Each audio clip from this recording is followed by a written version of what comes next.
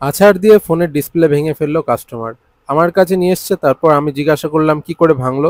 Customer বলল রাগ হয়ে গেছিল, তারপর ফোন আছাড় দিয়েছি, ডিসপ্লে ভেঙে গেছে। তারপর কাস্টমার আমাকে বলল ফোনটা চেক করে দেখেন, যদি ঠিক করা যায় তাহলে ঠিক করে দেন, না হলে ফোনটা বাতিল করে দেবো। দেন আমি ফোনটা হাতে নিয়ে চেক করে দেখলাম। চেক করার পর বুঝলাম ফোনের ডিসপ্লেটা পাল্টাতে হবে এবং পেছনের যে ব্যাক প্যানেলটা আছে সেটাও ভেঙে গেছে।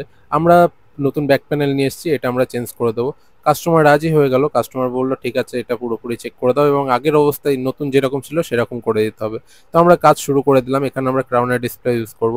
তো আমি কাস্টমারকে বললাম যে রাগ করে তো আছাড় দিলেন, কিন্তু লসটা কার হলো? সে তো আপনার পকেটের পয়সা দিয়েই ডিসপ্লেটা চেঞ্জ করতে হবে। তো কাস্টমার বললো যে কি করব, রাগ উঠে গেছে, তাই ফোনটা আছাড় দিয়ে ভেঙে ফেলেছি।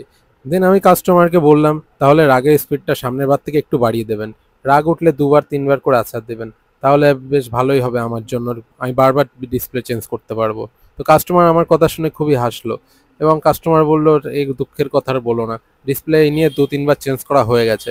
আমি বললাম আর নেক্সট টাইম এরকম ভাবে আছাড় দিবেন না, আছাড় দিলে কিন্তু ডিসপ্লে, এবার শুধু ডিসপ্লের ক্ষতি হবে না, নেক্সট বোর্ডের প্রবলেমও হতে পারে। তো মোবাইলটা সেক্ষেত্রে বাতিল হয়ে যেতে পারে।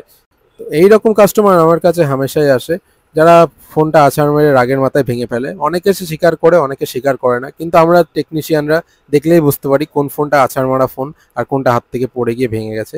তো যারা হাত থেকে পড়ে গিয়ে ভাঙে বা আছাড় দিয়ে ভেঙে ফেলে, তো তাদের আমি একটাই কথা বলতে চাই, দেখুন আপনাদের ফোনটা রিপেয়ার করলে প্রফিট আমাদেরই। আপনারা যত ইচ্ছা ফোন ভাঙুন, আপনারা আমাদের কাছে নিয়ে আসবেন, কোনো অসুবিধা নেই। আমাদের এখানে কাজ হচ্ছে শুধু আপনাদের ফোনটা ঠিকঠাক করে আপনাদের হাতে তুলে দেওয়া।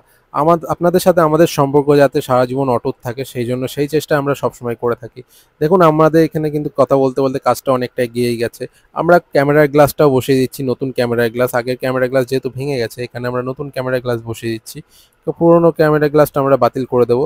তো আমাদের কাজটা কিন্তু প্রায় প্রায় কমপ্লিটের পথে। এখানে আমাদের ক্যামেরা গ্লাস বসানো হয়ে যাবে, এরপর ব্যাক প্যানেলটা আমরা আঠা দিয়ে বসিয়ে দেবো। তবে কাস্টমারের সাথে আমার কথা বলে যেটা মনে হয়েছে, কাস্টমার মন থেকে খুবই ভালো। যারা রাগী হয় অ্যাকচুয়ালি মন থেকে খুবই ভালো হয়, কারণ কাস্টমার যদিও ফোনটা আছাড় দিয়ে ভেঙে ফেলেছে, তারপরে কিন্তু তার যখন রাগ কমেছে তখন কিন্তু ফোনটা রিপেয়ার করতে নিয়ে এসছে এবং যাবতীয় যা খরচ সে কিন্তু বেয়ার করতেও রাজি হয়েছে। এবং সে বলেছে একটাই কথা, যে ফোনটা আমার আগের মতো করে দিতে হবে। সুতরাং এর থেকে বোঝা যায় যে ফোনটার প্রতি তার মায়াও আছে।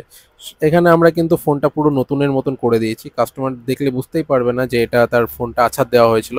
এখানে কিন্তু দেখতে পাচ্ছেন ফোনটা আমাদের কমপ্লিট, আমরা ফোনটা চালু করে ফেলেছি এবং বডি পুরো সেম নতুনের মতন হয়ে গেছে। পুরনো মডেল সব বাতিল করে দিয়েছি, যা যা অ্যাক্সেসরিজ ছিল, এবং কাস্টমার আমাদের কিন্তু ফোনটা কালেক্ট করতে চলে এসছে। কাস্টমার দেখতে পাচ্ছেন এখানে আমাদের ফোনটা চেক করবে, চেক করার পর সে পেমেন্ট করে নিয়ে যাবে। তো আজকে কাস্টমারের সাথে এই ছিল আমাদের পুরো টোটাল টাইমটা। যদি আপনাদের ভালো লেগে থাকে অবশ্যই লাইক করবেন। তো আমাদের ঠিকানা হচ্ছে জয়মা সিনেমা হল, অম্বিকা কালনা, অম্বিকা স্কুলের অপোজিটের রাস্তা দিয়ে আসলে আমরা দেখতে পাবেন আমাদের দোকান, আমাদের শপ। আমাদের শপ প্রত্যহই খোলা থাকে সকাল 9:30 থেকে রাত 10:30 পর্যন্ত। আপনারা যখন ইচ্ছা আসতে পারেন। আপনাদের কোনো প্রবলেমে আমরা সবসময় আপনাদের পাশে আছি।